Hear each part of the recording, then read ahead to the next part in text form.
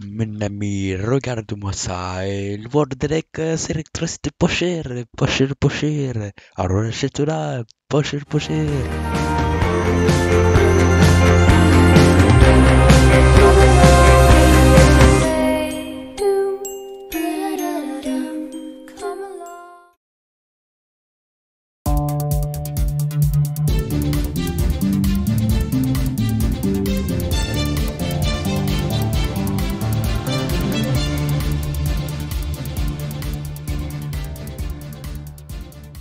Mesdames, Messieurs, bonsoir et bienvenue dans cette première édition de Portugal News. Voici les titres de ce journal.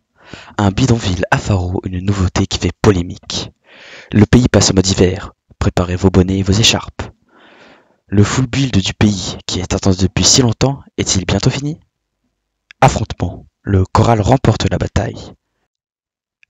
Comme disant les titres, un nouveau bidonville a été construit à Faro en seulement quelques jours. Durant ces quelques jours, le taux de criminalité dans la ville de Faro a augmenté de 600%, mais a diminué à l'échelle nationale de 60%. La population qui la compose est à 90% d'origine étrangère.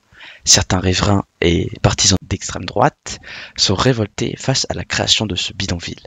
Zaino, partisan d'extrême droite, a annoncé dans un communiqué de presse que il faudrait mieux qu'ils reprennent le bateau plutôt qu'on les loge dans un bidonville qui prend de la place, qui pue, dérange le voisinage et qui donne une mauvaise image au pays. Accueillons désormais Monte Cristo, chancelier royal, qui va répondre à nos questions. Bonjour monsieur Monte Cristo, vous êtes l'invité de ce journal.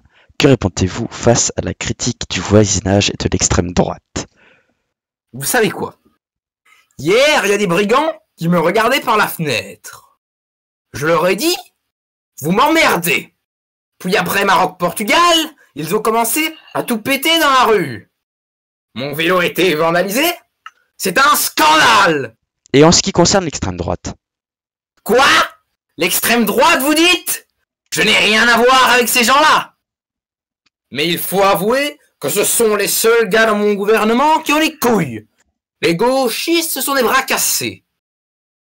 Là, on les voit, hein, tous ceux qui ont accueilli à bras ouverts. Je pense qu'on a compris, Pensez-vous que cela permet une réelle diminution du taux de criminalité ou cela déplace juste le problème? Aucun des deux. Le taux de criminalité augmente constamment. Ces gens-là creusent des tunnels depuis le Maroc jusqu'à leur maison à Faro. Toute leur famille, leurs centaines de cousins, cousines débarquent. Je pense que nous avons compris. Selon des bureaux d'enquête, ces constructions auraient coûté plusieurs milliers au pays, alors que renvoyer les criminels étrangers aurait été peu coûteux. Vous en pensez quoi? Rassurez-vous, chers concitoyens, ce n'est pas l'argent public qui a été utilisé, mais mon argent. On a volé mon argent. D'accord. La mairie a été placée en dehors de la ville. Pourquoi avoir fait ce choix? La mairie? Mais qu'est-ce que c'est que ça encore? Ce n'est plus une mairie. C'est un office d'accueil pour les migrants. Mais non. Rassurez-vous, les migrants prennent tellement de place que Faro s'étend. La mairie sera sûrement entourée de baraquements, et je parle même pas de la plage. Il n'en restera rien. Et cela ne pose pas de problème d'un point de vue logistique? Un problème? Mais non, rassurez-vous. De toute façon, les migrants, ils savent où aller. Ils sont partout. Donc, ils sauront bien se déplacer de quelques mètres. Nous avons compris, merci. Et si un attentat surviendrait dans la ville de Faro, qui seraient les coupables? Vous me demandez les coupables? Mais évidemment, les coupables, c'est les... Merci pour cette interview, je vous souhaite une bonne fin de journée, et au revoir. Merci à vous, au revoir à tous. Dans la suite de ce journal, une tempête de neige est en cours vers l'Allemagne et se dirige droit sur le Portugal selon les météorologues. Voici en direct Edouard le reporter en région pour nous montrer cette tempête. Effectivement, monsieur le journaliste, nous sommes en direct de l'Allemagne et nous traversons une tempête de neige. Les météorologues estiment que la tempête arrivera d'ici 4 à 5 jours au Portugal. La température est actuellement de -9 degrés. Les transports sont inaccessibles. Les voitures sont bloquées et le trafic aérien est interrompu. Les gens tentent de rentrer du travail pour les plus courageux, les autres restent là-bas. Des coupures de courant sont à prévoir et...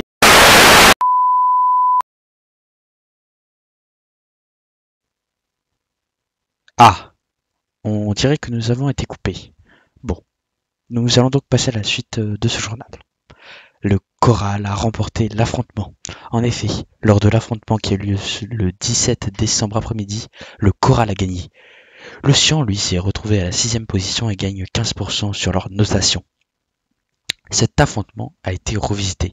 En effet, la map a complètement été refaite avec désormais une zone qui tue toute personne s'en approchant.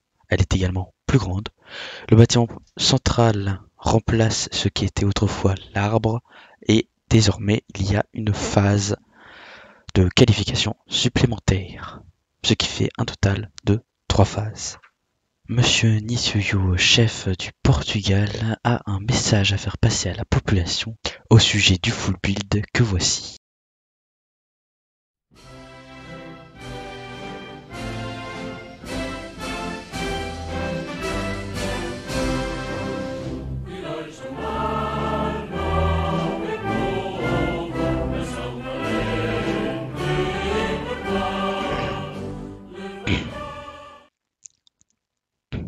Bonjour à tous, chers Portugais et Portugaises.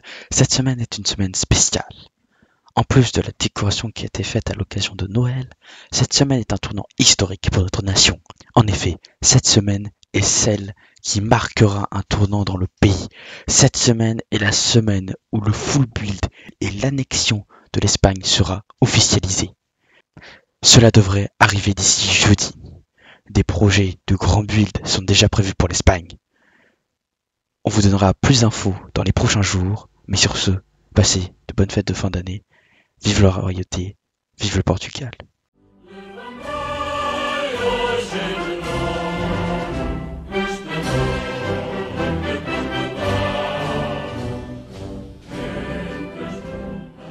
Pour finir ce journal, ce matin, des manifestations ont explosé dans le pays. Effectivement, le Parlement a pris la décision de taxer tous les habitants.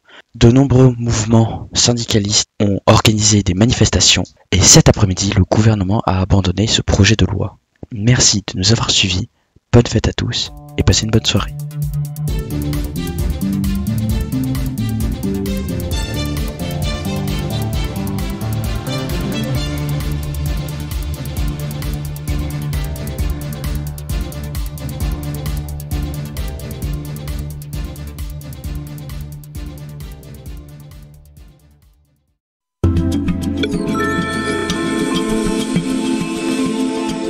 Bonsoir à tous. Aujourd'hui, sur le Portugal, il y a une haute pression.